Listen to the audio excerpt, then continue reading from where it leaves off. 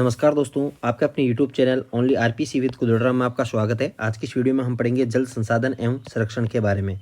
तो दोस्तों, ये टॉपिक है वो कक्षा 6 की बुक है हमारा राजस्थान भाग फर्स्ट, उसके 7 नंबर अध्याय में दिया गया है। तो दोस्तों, प्रथम क्वेश्चन है, दो अपवा क्षेत्रों के मध्य की उच्च भूमि जो वर्षा जल को विभिन्न दिशाओं में बांटती है उसे जल विभाजक रेखा कहा जाता है। राजस्थान में जल विभाजक का कार्य कौन सी पर्वतमाला कर रही है? अरावली पर्वतमाला कर रही है। राजस्थान के अफवाह तंत्र को कितने भागों में बांटा गया है? 3 भागों में। कौन कौन सा है? बंगाल की खाड़ी का अफवाह तंत्र, अरब सागर का अफवाह तंत्र और आंतरिक अफवाह तंत्र। अब दोस्तों, बंगाल की खाड़ी अफवाह तंत्र में शामिल नदियां कौन कौन सी है? चंबल है, बनास है, काली सिंधे और पार्वती। ये सभी नदियां हैं अरावली पर्वत से पूर्वी भाग में बहती है। अरब सागर अफवाह तंत्र में कौन कौन सी नदियां शामिल है? दोस्तों, माई है, लूनी है, साबरमती है, पश्चिमी बनास। ये सभी नदियां हैं वो अरब सागर अफवाह तंत्र का भाग है। ये नदियां हैं वो ऐसी जो नदियां जो अरब सागर अफवाह तंत्र का भाग है, वे नदियां अरावली पर्वत से पश्चिमी भाग में बहती है। आंतरिक अफवाह तंत्र, तो दोस्तों आपको बता दूं कि बाण गंगा नदी है वो आंतरिक अफवाह तंत्र का भाग है, न कि बंगाल की खाड़ी का। दोस्तों, ये क्वेश्चन है वो आपको पूछा जा सकता है क्योंकि जो इस बुक में दे रखा है वही मान्य होगा, क्यों ऑथेंटिक बुक है। तो गग्गर, बाणगंगा, कांतली, साबी, रूपारेल, मेंढा, ये सभी नदियां क्या है वो आपके आंतरिक अफवाह तंत्र का भाग है। आंतरिक अफवाह तंत्र क्या होता है? ऐसी नदियां जो समुद्र तक न पहुंचकर स्थल भाग यानी मरुस्थलीय भाग या पे विलुप्त हो जाती है, उसे आंतरिक या भूमिगत अफवाह तंत्र वाली नदियां कहा जाता है। अब दोस्तों, चंबल नदी का उद्गम, तो चंबल नदी का उद्गम है आपके विंध्याचल पर्वत एमपी से होता है। तो दोस्तों, इसे किस किस नाम से जाना जाता है चंबल नदी को? दोस्तों, चंबल नदी को है आपके बारामासी नदी भी कहा जाता है और नित्यवाही नदी भी कहा जाता है, राजस्थान की कामधेनु भी कहा जाता है, चर्मणवती भी नदी का भी इसे कहा जाता है। और दोस्तों, ये एकमात्र ऐसी नदी है जो अंतर्राज्यीय सीमा बनाती है, यानी राजस्थान व मध्य प्रदेश के साथ सीमा बनाने वाली नदी कौन सी है? चंबल नदी है। और विश्व की एकमात्र ऐसी नदी जिसके 100 किलोमीटर के दायरे में कितने बांध है? 3 बांध बनाए गए हैं। सर्वाधिक अवनालिका अपर्दन भी चंबल नदी करती है। राजस्थान की सबसे लंबी व वर्ष भर बहने वाली एकमात्र नदी कौन सी है? चंबल नदी है, याद रखेंगे। राजस्थान में चंबल नदी का प्रवेश, तो दोस्तों ये भैंसोरगढ़ चित्तौड़गढ़ से होता है। चंबल नदी किन जिलों से होकर बहती है? तो दोस्तों याद रखना, चंबल नदी चित्तौड़, भैंसोरगढ़, चित्तौड़ से प्रवेश करने के बाद कोटा, बूंदी, सवाईमाधोपुर, करौली और धौलपुर तक बहती है। चंबल नदी किन राज्यों से होकर बहती है? तो दोस्तों, चंबल नदी है वो एमपी, गुजरात और यूपी से होकर बहती है, ये भी याद आप रखेंगे। चंबल नदी यूपी में यमुना नदी में मिल जाती है। इटावा के मुरादगंज के नामक स्थान पर है वो यूपी यानी यमुना में मिल जाती है। सहायक नदियों की बात की जाए तो सिवान, रेतम, सिप्रा, और राजस्थान की जो नदियाँ इसकी सहायक नदी है चंबल की वह परवन, अलनिया, बनास, पार्वती, वामीन, कुराल, मेज, सीप, छोटी काली सिंध है वो चंबल की सहायक नदियाँ है। राजस्थान का औद्योगिक शहर कोटा किस नदी के किनारे स्थित है? तो दोस्तों, चंबल नदी के किनारे स्थित है। चंबल का प्राचीन नाम चरमणवती है। बनास नदी का उद्गम, तो दोस्तों बनास नदी का उद्गम है वो आपके खमनोर की पहाड़ियाँ कोमलगढ़ से होता है, कोमलगढ़ राजसमंद से। दोस्तों, इसे विशिष्टि या वन की आशा नदी भी कहा जाता है, वन की आशा या वाराणसी नदी भी कहा जाता है। राजस्थान में पूर्ण बहाव की दृष्टि से सबसे लंबी नदी कौन सी है? बनास नदी है, ये भी आप याद रखेंगे। बनास नदी द्वारा अपवाहित जिले यानी बनास नदी कहाँ कहाँ पर बहती है? तो है राजसमंद, चित्तौड़, सवाईमाधोपुर, भीलवाड़ा और टोंक। बनास नदी किस स्थान पर चंबल नदी में मिल जाती है? तो दोस्तों, रामेश्वरम नामक स्थान पर है वो बनास नदी है वो चंबल नदी में मिल जाती है।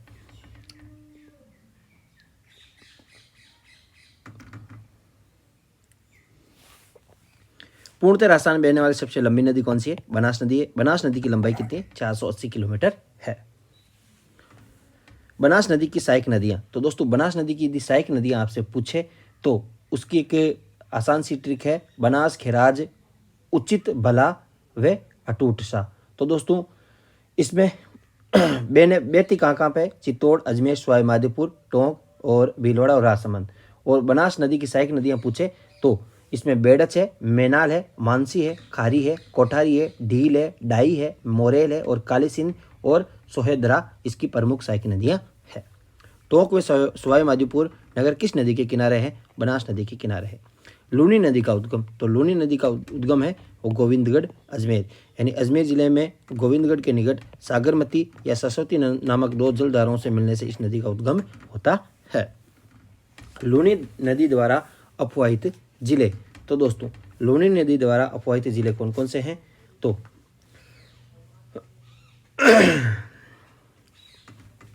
ये है आपके अजमेर, नागौर, पाली, जोधपुर, बाड़मेर और जालौर। लूनी नदी का समापन ये कच्छ की खाड़ी में होता है। तो दोस्तों लूनी नदी को प्राचीन समय में लवणवती व पुष्कर में साकरी नदी भी कहा जाता था। दोस्तों मरुस्थल की गंगा भी इसे कहा जाता है, मिट्टी व खारी नदी भी इसे कहा जाता है और पश्चिमी राजस्थान की सबसे लंबी नदी भी इसे कहा जाता है। दोस्तों इसे अंत्यशिला भी कहा जाता है। कालिदास ने कौन सी नदी को अंत्यशिला कहा है? लूनी नदी को कहा है। इसका जल बालोतरा तक मीठा, उसके बाद में खारा हो जाता है। लूनी नदी का जल बाड़मेर के किस स्थान तक मीठा, उसके बाद में खारा हो जाता है? बालोतरा के बाद।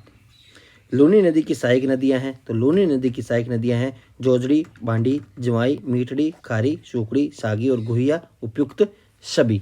तो दोस्तों आपके लूनी नदी की एकमात्र सहायक नदी जो दाएं किनारे से मिलती है और जिसका उद्गम अरावली पर्वतमाला से नहीं है। दोस्तों जवाई नदी में जल प्रदूषण का प्रमुख कारण क्या है? रंगाई छपाई उद्योग, ये भी आप याद रखेंगे।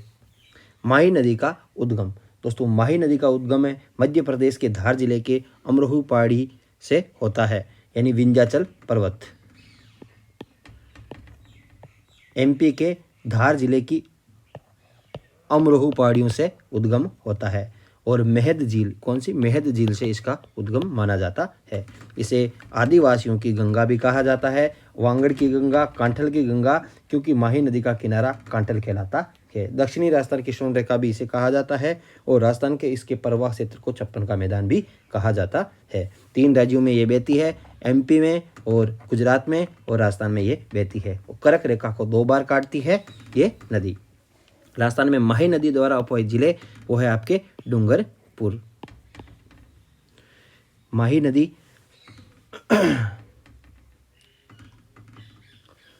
माही नदी आपके कहाँ बहती है? यह है आपके डूंगरपुर और बांसवाड़ा, याद रखेंगे, डूंगरपुर बांसवाड़ा में बहती है।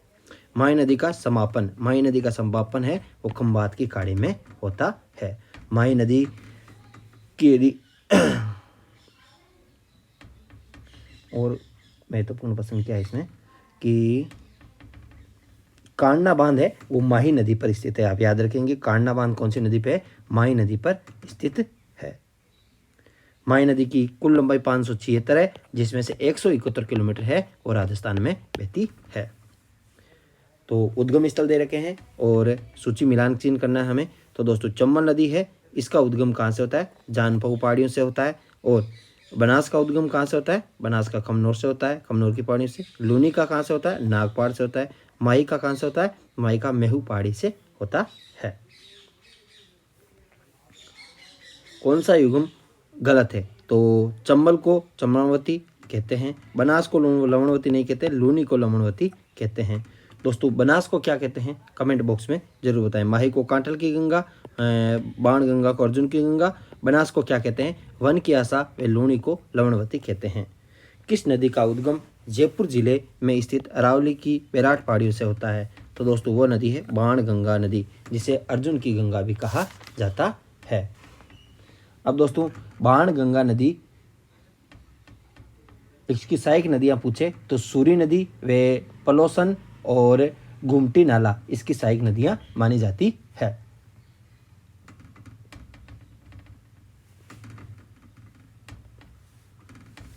किस नदी का पानी घना पक्षी राष्ट्रीय उद्यान में नम भूमि का निर्माण करता है? वो है बाण गंगा। अर्जुन की गंगा बाण गंगा नदी को, माही को कांठल की गंगा, गगर को मर्त नदी और चंबल को चरमोड़ती नदी और राजस्थान की कामधेनु भी कहा जाता है चंबल को। किस नदी का उद्गम हिमाचल प्रदेश में हिमालयी प्रदेश की शिवालिक श्रेणी से होता है? तो वो है दोस्तों घग्गर नदी। घग्गर नदी का राजस्थान में प्रवेश है वो हनुमानगढ़ से माना जाता है। घग्गर नदी राजस्थान में अंत्य प्रवाह की सबसे लंबी नदी है।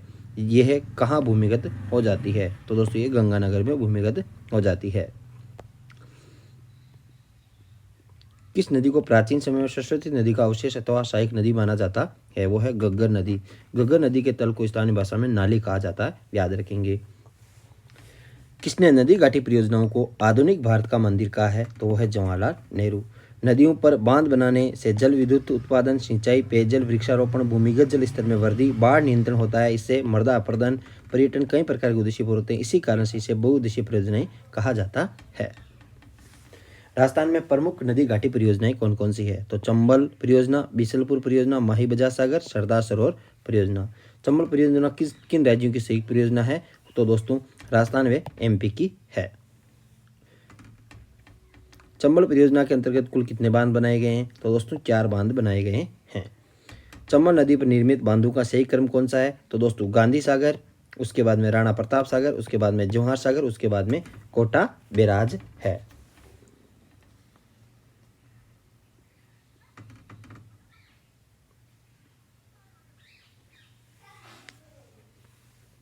चंबल नदी पर निर्मित राजस्थान में निर्मित बांध है तो राणा प्रताप सागर, कोटा और जवाहर सागर। बांसवाड़ा में माही नदी पर कौन सी परियोजना स्थित है? वो है माही बजाज सागर। राजस्थान व गुजरात की संयुक्त परियोजना कौन सी है? माही बजाज सागर। माही बजाज सागर परियोजना में राजस्थान व गुजरात को सिंचाई, पेयजल, जल विद्युत की सुविधाएं उपलब्ध हो रही है।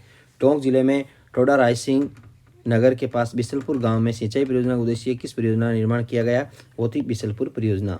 बिसलपुर परियोजना किस नदी पर निर्मित है? वो है बनास नदी पर। निम्नलिखित में से किस जिले को बिसलपुर परियोजना से पेयजल आपूर्ति की जाती है? वो है आपके जयपुर, अजमेर और टोंक। सरदार सरोवर परियोजना है वो आपके गुजरात में है। किस नदी पर सरदार सरोवर परियोजना का निर्माण किया गया है? वो आपके नर्मदा नदी। गुजरात, एमपी और राजस्थान व महाराष्ट्र की संयुक्त परियोजना कौन सी है दोस्तों?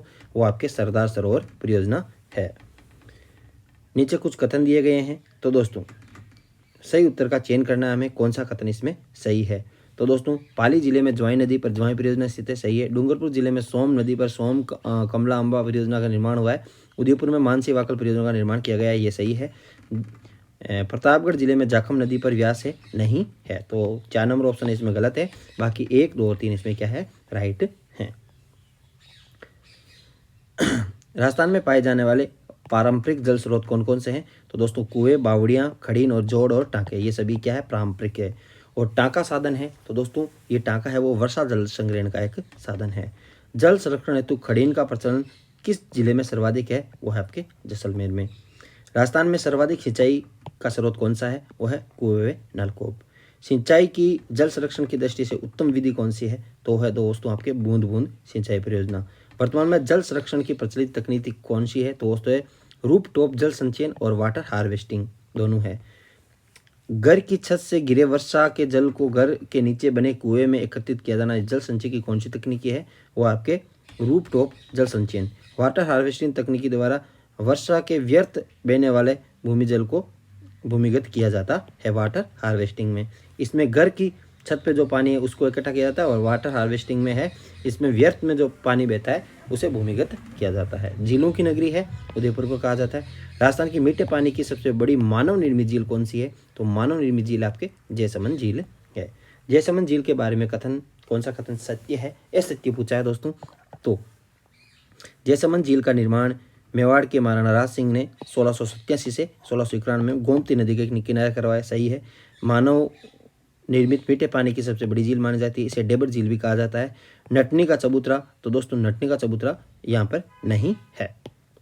जयसमंद झील भारत में गोविंद सागर झील जो हिमाचल प्रदेश में है के बाद मीठे पानी की मानव निर्मित की सबसे बड़ी झील मानी जाती है। किस झील के उत्तरी भाग में नौचौकी पाल स्थित है? तो दोस्तों राजसमंद झील। राजस्थान की सर्वाधिक ऊंचाई पर स्थित प्राकृतिक झील कौन सी है दोस्तों? वो है निक्की झील। अजमेर जिले में स्थित झील कौन सी है दोस्तों? अजमेर में है आना सागर और पुष्कर झील। कुछ झीलें दे रखी है और जिला दे रखा है, तो संगत युगम कौन सा है? तो गढ़सीसर है वो जैसलमेर में, सही है। सिलीसेड वो कहाँ पे? अलवर में, भरतपुर में नहीं है। गेप सागर डूंगरपुर में, कोलायत बीकानेर में है। जोधपुर जिले में स्थित है। बालसमंद है, उमेश सागर है, कालायना है, उपयुक्त सभी। खारे पानी की झील नहीं है, खारे पानी की झील नहीं है, तो पिछोला है वो खारे पानी की नहीं है। पिछोला झील कहाँ पे, कमेंट बॉक्स में बताएं। निम्न में से जो झील जयपुर, अजमेर और नागौर के मध्य स्थित है वो कौन सी है, सांबर झील। झील दे रखी है तो डीडवाना झील सही है, नागौर। पचपदरा बाड़मेर, पोखरण जैसलमेर, लूणकरंस है वो बीकानेर में स्थित है। मीठे पानी की झील नहीं है, मीठे पानी की झील नहीं है, तो फलोदी झील है वो मीठे पानी की नहीं है। उदयपुर में स्थित झील नहीं है, उदयपुर में स्थित झील नहीं है। राजसमंद झील है वो राजसमंद जिले में स्थित है। और उदयपुर में कौन सी, जयसमंद झील है। जैसलमेर में पालीवाल ब्राह्मणों द्वारा शुरू की गई परंपरागत जल संरक्षण विधि कौन सी है, तो पालीवाल ब्राह्मणों द्वारा खड़ी इनकी व्यवस्था की गई थी। कौन सी झील जग मंदिर व जग निवास मेल के लिए प्रसिद्ध है, वो है आपके पिछोला झील। तो दोस्तों वीडियो आपको अच्छा लगा हो तो वीडियो को लाइक एंड शेयर जरूर करें। और अगले वीडियो में हम कौन सा टॉपिक पढ़ेंगे, अगले वीडियो में हमारा टॉपिक होगा आजीविका के प्रमुख स्रोत। दोस्तों हमारा वीडियो अच्छा लगे तो वीडियो को लाइक एंड शेयर जरूर करें और इस वीडियो को बहुत बहुत प्यार दें। Thanks for watching.